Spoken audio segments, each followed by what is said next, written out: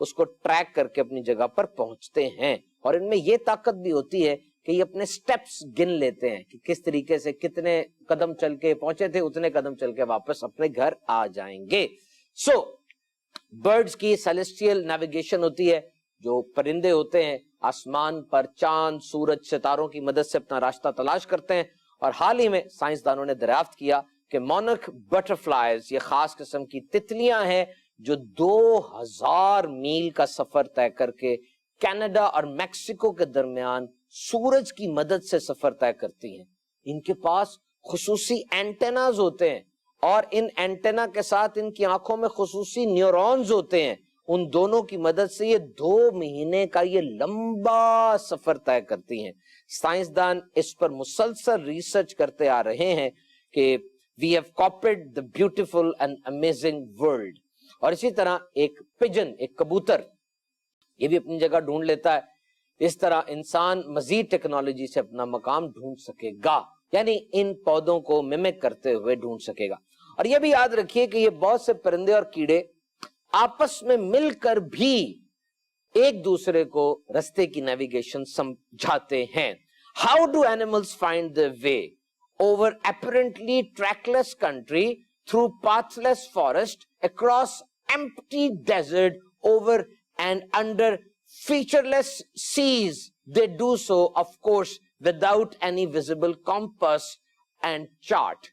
یہ پرندے آخر بغیر سڑکوں کے جنگل میں, سنگلاخ چٹانوں میں, خالی ریت کے صحراؤں میں, بڑے بڑے سمندروں میں, ان جگہوں پر یہ بے زبان جانور آخر کس طرح رستہ تلاش کر لیتے ہیں؟ یہ سب قدرت کے عجائبات میں سے ہے, اور کتنا مشکل ہے یہ ہم سوچ ہی سکتے ہیں. سورہ ملک میں آیا آیت نمبر 19, انہوں نے اپنے اوپر پرندے نہیں دیکھے, پر پھیلاتے اور سمیٹتے, انہیں کوئی نہیں روکتا سوائے رحمان کے, بے شک وہ سب کچھ دیکھتا ہے. کہ یہ مائگریٹ جانور ہجرت کیوں کرتے ہیں؟ یعنی جانوروں کے اندر بہت بڑا فینومینا ہے کہ یہ ایک جگہ سے اڑ کے دوسری جگہ جاتے ہیں, اس کو ہجرت کہا جاتا ہے, مائگریشن. یہ کیوں کرتے ہیں؟ نمبر 1, جہاں یہ رہ رہے ہوتے ہیں وہاں کھانا موجود نہیں ہے, کھانا ختم ہو گیا تو دوسری جگہ پر جائیں گے. نمبر 2, ہیبیٹیٹ لاس, یعنی ان کا گھر اب نہیں رہا. درختوں میں رہتے تھے, درخت کاٹ دیے گئے, ڈیفارسٹیشن ہو گئی, سڑک بن گئی, اور بھی کئی وجوہات ہو سکتی ہیں کہ پرندے مطلب افزائش نسل کے لیے چلے گئے. اسی طریقے سے یہ ایک پرندہ ہے, اس کا نام ہے پلوور. یہ ایک پرندہ ہے جو اپنی ہجرت کی وجہ سے بہت زیادہ مشہور ہے. الاسکا سے ہواوے اس نے جانا ہے 4000 کلومیٹر کی پرواز کرنی. مدنی چینل کے ناظرین غور سے سنیے گا, اٹس ویری انٹرسٹنگ, بہت دلچسپ اور بہت حیران کن ہے. 4000 کلومیٹر کی پرواز اس نے کرنی ہے, اور اس کی پرواز 88 آورز پر مشتمل ہے. 88 گھنٹے اس نے اڑنا ہے. یہ کہیں نہیں ٹھہرتا, کیونکہ ٹھہرنے کے لیے کوئی جگہ ہی نہیں ہے رستے میں, کوئی جزیرہ نہیں ہے, سمندر ہے. اس سفر کو مکمل کرنے کے لیے اس پرندے کو 88 گرام فیٹس یعنی چکنائی چاہیے ہوتی ہے. 88 گرام, لیکن اس کے پاس 70 گرام ہے, 18 گرام نہیں ہے. تو ہونا تو یہی چاہیے کہ یہ 800 کلومیٹر پہلے سمندر میں گر کر ختم ہو جائے, کیونکہ اس کے پاس تو 18 گرام فیٹس ہے ہی نہیں. لیکن ہوتا کیا ہے, آپ نے دیکھا ہوگا یہ پرندے وی کی شکل میں سفر کرتے ہیں, یعنی ایسے ایسے وی کی شکل میں. اور یہ پرندے وی کی شکل میں سفر کرتے ہوئے اپنی جگہیں بدلتے رہتے ہیں, آگے پیچھے ہوتے رہتے ہیں, تاکہ سامنے آنے والی ہوا جو ہے اس کو کم لگے, اور ہوا کی رگڑ جب کم لگے گی اس کی توانائی کم لگے گی, اور یہ جو 18 گرام چکنائی کی اس کے پاس کمی ہے وہ آگے پیچھے ہو کے اس کمی کو پورا کر لیتی ہے. حیران کن بات ہے کہ نہیں؟ ایک پرندہ ہے اور اس پرندے کو یہ عقل ہے کہ اس نے کون سی پوزیشن پہ رہنا ہے کہ ہوا کی رگڑ اس کو نہ لگے, اور وہ اڑتے اڑتے اپنا پورا 88 گھنٹے کا سفر پورا کر لے. اور جب یہ اترتی ہے اس کے پاس وہ چیز موجود ہوتی ہے. عجائب بات ہے. بے شک ان پروں کو پھیلاتے اڑتے پرندوں کو دیکھو اور سوچو کس کی قدرت ہے. اسی طرح میں بار ہیڈڈ گوز کی بات کر رہا تھا, یہ مرغابی ہے, بطخ ہے. It takes advantage of fast flowing breeze. یہ بڑی بطخ ہے, یہ 10 کلومیٹر زمین سے اوپر اڑتی ہے, 10 کلومیٹر. اور وہاں پر جہاں پر اڑتی ہے وہاں پر -59 ڈگری سینٹی گریڈ ہوتا ہے. اسی بطخ کو ذبح کر کے آپ اپنے فریزر میں رکھیں جہاں پر -6 ڈگری ہے, یہ برف بن جائے گی. لیکن وہ اوپر جہاں -59 ڈگری ہے وہاں یہ جم نہیں رہی, اوپر جاتی ہے, اوپر بڑا تیز ہوا کا بہاؤ ہے, اسے کہتے ہیں جیٹ سٹریم کرنٹ, یہ اس تیزی کا فائدہ اٹھانے کے لیے اوپر چلی جاتی ہے. وہاں پر آکسیجن بھی بہت کم ہے, ویری لو آکسیجن انوائرمنٹ, اور سائنس کہتی ہے کہ اس جگہ پر اس کے پھیپڑوں میں زیادہ آکسیجن آنا شروع ہو جاتی ہے. اس لو آکسیجن انوائرمنٹ کے اندر بھی سوچئے یہ اتنی عقل ان بے زبان جانوروں میں, چھوٹے چھوٹے جانوروں میں کہاں سے آ رہی ہے؟ اور یہ تو اللہ تعالیٰ کی قدرت کو یاد دلاتے ہی ہیں. یہ جو بڑے بڑے جہاز اڑ رہے ہوتے ہیں ان کو کون سنبھالتا ہے؟ بلا شبہ تمہارا رب ہے. نہ کوئی پلر لگا ہوا ہے, نہ کچھ لگا ہوا ہے. جتنے بھی اصول ہیں, ضوابط ہیں نیویگیشن کے اور ایرو ڈائنامکس کے, وہ بھی تو رب تعالیٰ نے عطا فرمائے نا. پہاڑ, آسمان و زمین و سمندر تمہاری دینی اور دنیاوی فائدے کے لیے ہیں. دینی فائدہ, دنیاوی فائدہ, یہ تمام عجائبات دیکھ کر اللہ تعالیٰ کی حکمت و قدرت معرفت نصیب ہوتی ہے کہ یہ نشانیاں ہیں عقل والوں کے لیے. اور دنیاوی فائدہ یہ ہے کہ کھاؤ پیو, ان سے کاروبار کرو اور اپنے کاموں میں لگ جاؤ. سوچئے, کیا جانوروں کو پسینہ آتا ہے؟ Just think for a moment. پسینہ تو بڑا ضروری ہے, اس کو سویٹ کہتے ہیں, پرسپیریشن. انسانوں میں تو بہت اہم ہے. انسان کے جسم میں نا, پورے جسم میں ایکرائن اور اپوکرائن گلینڈز ہوتے ہیں, چھوٹی چھوٹی مشینیں ہوتی ہیں بہت زیادہ. انسان کے جسم کا جو درجہ حرارت ہے اس کے تھرموسٹیٹ یوں سمجھ لیجئے. یہ پسینہ زیادہ تر پانی پر, پھر پوٹیشیم سالٹ اور کچھ منرلز اس میں ہوتے ہیں. جب انسان کا جسم گرم ہوتا ہے, بہت جب گرم ہو جاتا ہے, تو یہ چھوٹی چھوٹی فیکٹریز, یہ جو ایکرائن اور اپوکرائن گلینڈز میں نے بتائے, اس سے پانی نکلتا ہے. اس کو پسینہ کہتے ہیں. یہ پسینہ جسم کے اوپر آ کے جب ایویپوریٹ ہوتا ہے, جب یہ اڑ جاتا ہے تو ٹھنڈک پیدا ہوتی ہے اور جسم کا درجہ حرارت جو اوپر نیچے ہو رہا ہوتا ہے وہ سٹیبل ہو جاتا ہے. اللہ تعالیٰ کی کتنی بڑی نعمت ہے یہ پسینہ. جانوروں میں کیا ہوتا ہے سنیے. جو میملز ہیں عام طور پہ تو ان میں سویٹ گلینڈز ہوتے ہیں, لیکن ساروں میں نہیں ہوتے. کتے اور بلی کو آپ نے کبھی پسینہ آتے دیکھا نہیں ہوگا. ہاں, بندر جو ہوتے ہیں, ایپس اور گھوڑے, ان میں پسینہ زیادہ آتا ہے. لیکن جب ان جانوروں کا جسم گرم ہوتا ہے پسینہ تو آتا نہیں. پھر ان کو ٹھنڈک کیسے ملتی ہے؟ الگ الگ طریقے ہیں. کوئی ایسا ہے کہ جو کہ کیچڑ میں لوٹ پوٹ ہونا شروع ہو جاتے ہیں. ہپوپوٹامس جس کو دریائی گھوڑا کہتے ہیں, بہت بڑا جانور ہے, یہ کیچڑ میں لوٹ پوٹ ہوتا ہے, اس سے ان کے جسم کے اوپر وہ ٹھنڈک آ جاتی ہے. کچھ جانور ہانپتے ہیں جس کو پینٹنگ کہا جاتا ہے. ہم نے دیکھا ہوگا کتا زبان نکال کے ہانپ رہا ہوتا ہے, یہ اس کا عمل ہوتا ہے پسینے کا. کچھ جانور اپنے کانوں کے ذریعے درجہ حرارت کو معتدل رکھتے ہیں, خاص طور پہ خرگوش اور ہاتھی, بڑے بڑے اس کے کان ہوتے ہیں, پنکھے کی طرح وہ ہلاتا ہے اور اس سے ٹھنڈک حاصل ہوتی ہے. تو یہ سب قدرت کے بلا شبہ عجائب بات میں سے آتا ہے. اسی طریقے سے مدنی چینل کے ناظرین, کیا جانور پڑھ سکتے ہیں؟ پہلے ہم نے سنا کیا جانوروں کو پسینہ آتا ہے, کیا جانور پڑھ سکتے ہیں؟ Remember, reading is one of the most important activity human can do. It's like another world we learn and we teach. پڑھنا ایک بہت اہم کام ہے جو انسان کر سکتا ہے, انسان اس سے نیا علم سیکھتا ہے, ماضی کی سیر ہو جاتی ہے. اس وقت دنیا میں 7111 زبانیں موجود ہیں, الگ الگ کیلیگرافی سٹائل ہیں.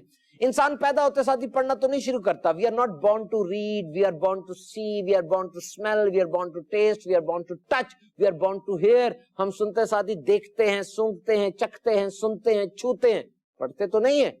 پڑھتے تو بعد میں ہیں. اور جب انسان پڑھنا شروع کرتا ہے, ہم نے اس چیز کو باقاعدہ دیکھا MRI کے ذریعے کہ انسان کے دماغ کے سٹرکچر میں چینجز آتی ہیں. مختلف جانوروں میں یہ صلاحیتیں پائی جاتی ہیں. کئی جانور ایسے ہوتے ہیں جو پڑھ سکتے ہیں. ایسے جانور بھی ہیں جو 30 ورڈز ویکیبلری کے الفاظ پڑھتے ہیں, حروف تہجی کی ریکگنیشن کرتے ہیں, سیلف اویئرنس کرتے ہیں. ایک خاص قسم کی ویل مچھلی ہوتی ہے, اس کو اورکاز کہا جاتا ہے, یہ بھی اشارے سمجھ لیتی ہے. بہت سے پرندے ایسا کرتے ہیں کہ انہوں نے کھانا سٹور کیا ہوتا ہے اور احتیاط بھی کرتے ہیں کہ کھانا خراب نہ ہو جائے. تو جانور یہ بلا شبہ اللہ تعالیٰ کی مخلوق ہیں اور ان میں بہت سے راز پوشیدہ ہیں. ہزاروں سال پہلے یونان کے شہر ہیلکس کے اندر سانپوں نے, چوہوں نے ریوڑ کی صورت میں, گروہوں کی صورت میں شہر کو چھوڑنا شروع کر دیا اور لوگ حیران رہ گئے. لیکن کچھ ہی دیر کے بعد بڑا شدید زلزلہ آیا, بڑا جانی نقصان ہوا, لوگ زخمی ہو گئے اور عمارتیں تباہ ہو گئی. جانور صرف ڈیزاسٹر یعنی تباہی کو ہی نہیں محسوس کرتے بلکہ موسم میں تبدیلی کو بھی محسوس کر لیتے ہیں. پرانے دور کے کسان تو کہا کرتے تھے کہ ہم اپنی بیل گائے کو دیکھ کر بتا دیں گے کوئی طوفان آنے والا ہے یا کوئی بڑا سمندری طوفان آنے والا ہے. یاد رکھیے, جب زمین کے نیچے انڈر گراؤنڈ کریکس پیدا ہوتے ہیں, ایک خاص قسم کی کیمیکل ریئیکشن گیس نکلتی ہے, اس کو روڈن گیس کہتے ہیں, اور یہ گیس انسان نہیں محسوس کرتا، یہ مینڈک محسوس کر لیتے ہیں، یہ جو فراگز ہوتے ہیں وہ اس کو محسوس کر لیتے ہیں۔ اب یہ سکس سینس ہے، مارولس سکس سینس جانوروں کے اندر پائی جاتی ہے۔ جانور ایک دوسرے سے کمیونیکیٹ کیسے کرتے ہیں؟ جس طرح بھی ہم نے سنا کہ انسان تو رابطہ رکھتا ہے، دنیا میں 7111 زبانیں موجود ہیں، جن میں 2000 زبانیں ایسی ہیں جن کو 1000 سے کم لوگ بولتے ہیں۔ جانوروں میں انداز مختلف ہوتے ہیں۔ عام طور پہ جانور کو اگر بھوک لگی ہو یا جانور خوش ہو تو وہ اس بات کا اظہار کر دیتا ہے۔ الگ الگ انداز ہے، کتا بھونکتا ہے، بلی میاؤں میاؤں کرتی ہے، بھیڑیے ہاؤلنگ کرتے ہیں، چڑیاں چہچہاتی ہیں، مینڈک ٹراتے ہیں۔ لیکن جانوروں میں اس کے علاوہ بھی بہت نان وربل ایکشنز ہوتے ہیں، جس طرح مور جب اپنے پروں کو کھولتا ہے خوبصورت تو بہت لگتا ہے، لیکن یہ کیا وجہ ہوتی ہے؟ دس از اے ٹیریسٹریل وارننگ۔ یہ مور اپنے دیگر تمام جو فیملی کے لوگ ہیں ان کو وارننگ دے رہا ہوتا ہے کہ اس جگہ پر کوئی خطرہ ہے۔ اسی طریقے سے ڈولفن مچھلی اپنی دم زور سے پانی پر مارتی ہے، یہ بھی ایک سگنل ہوتا ہے کہ کچھ ہونے والا ہے۔ کچھ جانور سینٹ چھوڑتے ہیں، خوشبو چھوڑتے ہیں اپنے ایریے میں، اپنی سلطنت بتانے کے لیے کہ دیکھو یہ جو میں نے دائرہ بنا دیا خوشبو کا، یہ میرا علاقہ ہے۔ اور اگر ذہانت کی بات کی جائے تو ایم آر آئی اسکینز کے بالکل لیٹسٹ ریسرچ آپ کو بتا رہا ہوں، طوطا، کبوتر اور کوا ذہین ترین جانور ہیں، چہرے پہچان لیتے ہیں، سڑکیں پہچان لیتے ہیں، رستے یاد رکھتے ہیں، الفاظ یاد رکھتے ہیں، حتیٰ کہ کئی ٹولز، کئی اوزار بھی یہ استعمال کر سکتے ہیں، ایسا بھی دیکھا گیا ہے۔ مدری چینل کے ناظرین، یہ اللہ تعالیٰ کی قدرت ہے بلا شبہ۔ مدری چینل کے ناظرین، عربی میں شہد کی مکھی کو نحل کہتے ہیں۔ قرآن مجید میں اللہ تعالیٰ نے ایک سورت نازل فرمائی جس کا نام ہے سورۃ النحل۔ اس میں شہد کی مکھی کے فضائل، اس کے فوائد اور منافع کا ذکر کیا گیا جو قابل ذکر ہے، اور در حقیقت یہ مکھیاں عجائبات عالم کی فہرست میں ایک بہت نمایاں مقام رکھتی ہیں۔ قرآن مجید نے شہد کی مکھیوں کے مسائل کا خطبہ پڑھتے ہوئے ارشاد فرمایا، اور تمہارے رب نے شہد کی مکھی کو الہام کیا کہ پہاڑوں میں گھر بنا اور درختوں میں اور چھتوں میں، اور پھر ہر قسم کے پھل میں سے کھا اور اپنے رب کی راہیں چل کے تیرے لیے نرم و آسان ہے۔ اس کے پیٹ سے ایک پینے کی چیز رنگ برنگ نکلتی ہے جس میں لوگوں کے لیے تندرستی ہے، بے شک اس میں نشانی ہے دھیان والوں کے لیے۔ اگر سائنس کو دیکھیں تو بہت ہی زبردست یہ جو شہد کی مکھی کا کام ہے، یہ شہد بنا رہی ہے 1 پاؤنڈ یعنی آدھا کلو شہد بنانے کے لیے شہد کی مکھی 20 لاکھ پھولوں کا رس چوستی ہے اور 90,000 میل اڑتی ہے۔ یہ سفر اتنا زیادہ ہے کہ پوری دنیا کا 3 دفعہ چکر لگ سکتا ہے۔ 15 میل فی گھنٹہ کی رفتار سے اڑتی ہوئی شہد کی مکھی کتنا اہم کام سر انجام دے رہی ہے۔ جسٹ تھنک، یہ شہد کیسے بنتا ہے؟ اب چھتے کے اندر کوئی چولہے، ہنڈیا اور چمچ تو نہیں ہوتے۔ شہد کی مکھی کے جسم ایک مشین فٹ ہے اور اس میں مختلف پروسیس ہوتے ہیں، اس کو انورجن اور ریگرجیٹیشن کہا جاتا ہے، اور پھر جو شہد بنتا ہے اس میں 80% پانی ہوتا ہے۔ آپ نے زز کی آواز سنی ہوگی، مکھیوں کی آتی ہے، یہ اپنے بڑی تیزی کے ساتھ پروں کو پھڑپڑاتی ہے۔ یہ جو زز کی آواز پیدا ہوتی ہے نا، یہ ہوا پیدا ہوتی ہے جو شہد سے پانی کو اڑا دیتی ہے، کیونکہ اس میں پانی کانٹینٹ بہت زیادہ ہے اور وہ خراب ہو جائے گا۔ پانی بالکل اڑ جاتا ہے اور شہد کی مکھی اس شہد کو سفید رنگ کی سیل لگا کے بند کر دیتی ہے۔ آپ نے دیکھا ہوگا کتنے پیارے انداز سے وہ بند ہوتا ہے۔ شہد بہترین غذا ہے، اینٹی سیپٹک ہے۔ 2000 سال کی تحقیق کے بعد mathematicians have finally proved that honeybees are the world's best and most efficient builders۔ دنیا کے بہترین اور کفایت شار معمار ہیں یہ شہد کی مکھی۔ See the repeated pattern of 6-sided figure۔ آپ ایک دفعہ اس شہد کے چھتے کے جو سوراخ ہے، ہر سوراخ کی 6 دیواریں ہوتی ہیں بالکل ایک جیسی، اور سائنس سے ثابت کرتی ہے کہ یہ جو شہد کے چھتے ہوتے ہیں اس سے بہتر کوئی برتن، کوئی سٹوریج نہیں ہو سکتی اس شہد کو بچانے کے لیے، کوئی گودام نہیں ہو سکتا اس شہد کو رکھنے کے لیے۔ تو یہ اللہ تعالیٰ کی کیسی قدرت ہے۔ ایک اینٹی سیپٹک میڈیسن بھی ہے، اس میں پائنوسمبرین ہوتی ہے، شہد کے اندر ایک خاص غذا ہے جو کہ یادداشت کے لیے بہت اچھی ہے۔ مصر کے پیرامڈز میں سے، اہرام مصر میں سے پیالے میں شہد ملا ہے جو 3000 سال پرانا ہے، اسٹل پرفیکٹلی ایڈیبل، ابھی بھی اس کو کھایا جا سکتا ہے۔ تو یہ سب چیزیں اللہ تعالیٰ کی وحدانیت، قدرت اور عظمت پر دلالت کرتی ہیں۔ مدری چینل کے ناظرین، آج آخر میں آپ کو ایک اہم اطلاع دینے کا ارادہ تھا اور میں بتاتا چلوں، اور وہ ہے وائٹامن ڈی کی ڈیفیشنسی۔ جانوروں کے بارے میں تو ہم نے بہت کچھ سنا، لیکن صحت کے حوالے سے آج کل اس کی بہت زیادہ پرابلم چل رہی تھی، تو سوچا آپ سے شیئر کروں۔ یاد رکھیے انسان کی ڈائٹ میں، اس کی خوراک میں یہ 7 چیزیں ضروری ہوتی ہے۔ کاربوہائیڈریٹس ہیں، پروٹین ہے، فیٹس ہیں، وائٹامنز ہیں، منرلز ہیں، اور واٹر ہے، اور اسی طریقے سے فائبر ہے۔ ہر چیز کی اپنی اپنی ضرورت ہے۔ انسان کے جسم کو اچھی خوراک وہی ہے جس میں یہ سارا کچھ شامل ہو۔ اب وائٹامنز ایک آرگینک کمپاؤنڈز ہیں، اور یہ انسان کی زندگی میں مختلف کام سر انجام دینے کے لیے ضروری ہوتے ہیں۔ انسان کی باڈی وائٹامن پیدا کرتی ہے، لیکن اتنی نہیں پیدا کرتی کہ سارے کام اس سے ہو سکے۔ اب اس میں جو ایک بہت ہی زبردست جو وائٹامنز ہیں، تقریباً 13 قسم کی وائٹامنز پائی جاتی ہیں، اے بی سی ڈی اس طرح کر کے ہوتی ہیں۔ اور یہ کیوں ضروری ہوتی ہیں؟ وائٹامن اگر نہیں ہوگی تو آنکھوں کی بلائنڈنس ہو سکتی ہے، آنکھیں خراب ہو سکتی ہیں، ڈائریا ہو سکتا ہے، دماغ کی ڈسٹربنس ہو سکتی ہے، انیمیا یعنی خون کی کمی ہو سکتی ہے۔ ان میں ایک وائٹامن ہے وائٹامن ڈی، اسے کہتے ہیں سن لائٹ وائٹامن، یعنی یہ صبح کے وقت جو مارننگ سن لائٹ ہوتی ہے، یا لیٹ ایوننگ میں اسپیسیفکلی جب ریڈیشنز ہوتی ہیں، اس وقت اپنے جسم کو سورج کی روشنی کے آگے کرنا ہوتا ہے۔ جلد کے اندر خود بخود ایک سبسٹنس ہوتا ہے جو سورج کی روشنی کے ساتھ مل کر وائٹامن ڈی پیدا کر دیتی ہے۔ ڈائٹ میں بھی ہوتی ہے تھوڑی بہت تھوڑی سی ہماری خوراک کے اندر وائٹامن ڈی ہوتی ہے۔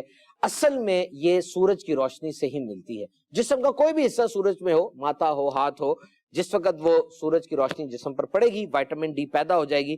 اگر بچوں میں وائٹامن ڈی کی ڈیفیشنسی ہو تو بچوں کو ریکٹس ہو سکتی ہے، یعنی ان کی ہڈیاں کمزور ہو جاتی ہیں، اور اس بیماری میں آپ دیکھتے ہوں گے بچوں کی جو ہڈیاں ہیں وہ باؤ شیپ ہو جاتی ہے، پاؤں کے کمان کی طرح کے ہو جاتے ہیں۔ اور اگر بچوں میں ایسی علامات پائی جائیں، فوراً ڈاکٹر سے رجوع کریں اور وائٹامن ڈی کی ڈیفیشنسی جو ہے، کمی جو ہے، اس کو پورا کرنے کی کوشش کریں۔ اس کے انجیکشنز ملتے ہیں، ٹیبلٹس ملتی ہیں، لیکن خود استعمال نہ کریں، کیونکہ اگر یہ مقدار سے زیادہ ہو جائے انسانی جسم میں وہ بھی نقصان دہ ہے۔ تو اسی طریقے سے وہ افراد جو فلیٹس میں رہتے ہیں، آفیسز میں کام کرتے ہیں، آرٹیفیشل لائٹ میں رہتے ہیں یعنی مصنوعی روشنی میں رہتے ہیں، وہ سورج کے سامنے نہیں جا پاتے، ان کو چاہیے کہ وہ لازمی سورج کے سامنے جائیں اور سورج کے سامنے جا کر یہ روشنی حاصل کریں۔ یاد رکھیے بچے کو صرف اور صرف دودھ ہی دیتے رہنا یہ مناسب نہیں ہوتا۔ 6 مہینے میں بچے کو سافٹ ڈائٹ شروع کر دیں، جس میں آلو ہے، کھچڑی ہے، دہی کیلا، دلیا وغیرہ ہے۔ 1 سال میں بچے کو ریگولر ڈائٹ یعنی روٹی چاول شروع کر دینی چاہیے۔ اور وائٹامن ڈی اور کیلشیم دونوں کا اکٹھا کام ہوتا ہے، وائٹامن ڈی اور کیلشیم اکٹھا کام کرتے ہیں۔ تو ہمیں چاہیے کہ اگر تو بچوں میں گروتھ نہیں ہو رہی اور کیلشیم کی کمی کی وجہ سے جھٹکے وغیرہ بھی بچے کو لگنے لگ سکتے ہیں، تو کوشش کریں کہ بچے کو دودھ کے ساتھ ساتھ وائٹامن ڈی کے سپلیمنٹس بھی پلائیں۔ یاد رکھیے 6 ماہ سے اوپر 4 اونس سے زیادہ دودھ ایک دن میں نہیں پینا چاہیے، یعنی 6 ماہ کا بچہ ہو جائے تو دن میں 3 گلاس سے زیادہ دودھ نہیں پینا چاہیے۔ 6 ماہ کے بچے کو دن میں 3 گلاس سے زیادہ دودھ نہیں پینا چاہیے۔ اگر 1 گلاس دودھ 250 ml کا ہو، اسے چاہیے کہ دودھ کے ساتھ دوسری غذا بھی کھائے۔ بعض بڑوں کے اندر بھی دودھ کا پرابلم ہوتا ہے، دودھ سے پتری بن رہی ہوتی ہے، وہ لوگ بھی ڈاکٹر سے کنسلٹ کر کے دودھ کو پیئے۔ اسی طریقے سے جو میں نے آپ کو بتایا وائٹامن ڈی یہ ہڈیوں کی بیماری پیدا کر سکتی ہے، گروتھ میں یعنی جو بچہ بڑا ہو رہا ہے اس کی گروتھ رک سکتی ہے، اس کے دانت کمزور سافٹ ہو سکتے ہیں، اس کی ہڈیاں سافٹ ہو سکتی ہیں، اور اس کے دانت گرنے شروع ہو سکتے ہیں۔ وائٹامن ڈی کی کمی آج کل بہت زیادہ بڑھتی چلی جا رہی ہے۔ خواتین میں اگر دردیں ہوں، اسکیلیٹل کمپلیکیشن پیدا ہونا شروع ہو جائے اور کافی زیادہ شدید دردیں ہوں، ایسی حالت میں بھی وائٹامن ڈی کی ڈیفیشنسی ہوتی ہے۔ اس کا ایک ٹیسٹ بھی ہوتا ہے، لیکن ٹیسٹ کافی مہنگا ہوتا ہے۔ اگر آپ ایک اچھے طبیب کے پاس، ایک اچھے ڈاکٹر کے پاس جائیں گے تو انشاءاللہ عز و جل وہ آپ کی علامات دے کر آپ کو صحیح گائیڈ کر دیں گے۔ مدنی چینل کے ناظرین، الحمدللہ دعوت اسلامی کا مشکبار مدنی ماحول اختیار کیجئے۔ الحمدللہ دعوت اسلامی کے مشکبار مدنی ماحول میں بہت سی سنتیں سیکھی اور سکھائی جاتی ہیں۔ قرآن و سنت کی تعلیم کا پورا نیٹ ورک ہے ہمارے پاس۔ قرآن پاک کی تعلیم کے لیے مدارس ہیں، جامعات ہیں۔ آن لائن مدرسۃ المدینہ میں 32 سے زیادہ کورسز آفر کیے جاتے ہیں۔ آپ دعوت اسلامی کی ویب سائٹ کو وزٹ کیجئے، انشاءاللہ عز و جل آپ کو بہت سی گائیڈنس ملے گی۔ اور جس طریقے سے ہم نے وائٹامن ڈی کے بارے میں سنا، میرے شیخ طریقت امیر اہل سنت کی کتاب فیضان سنت اور اس کا باب آداب طعام آپ کو غذائی احتیاطوں کے بارے میں ایسی رہنمائی ملے گی کہ انشاءاللہ عز و جل مدینہ مدینہ ہو جائے گا۔ آپ اس کتاب کو حاصل کیجئے، نہ صرف خود پڑھیے بلکہ دیگر دوستوں کو، دیگر جاننے والوں کو بھی اس کی ترغیب دلائیے۔ صلو علی الحبیب صلی اللہ تعالی علی محمد۔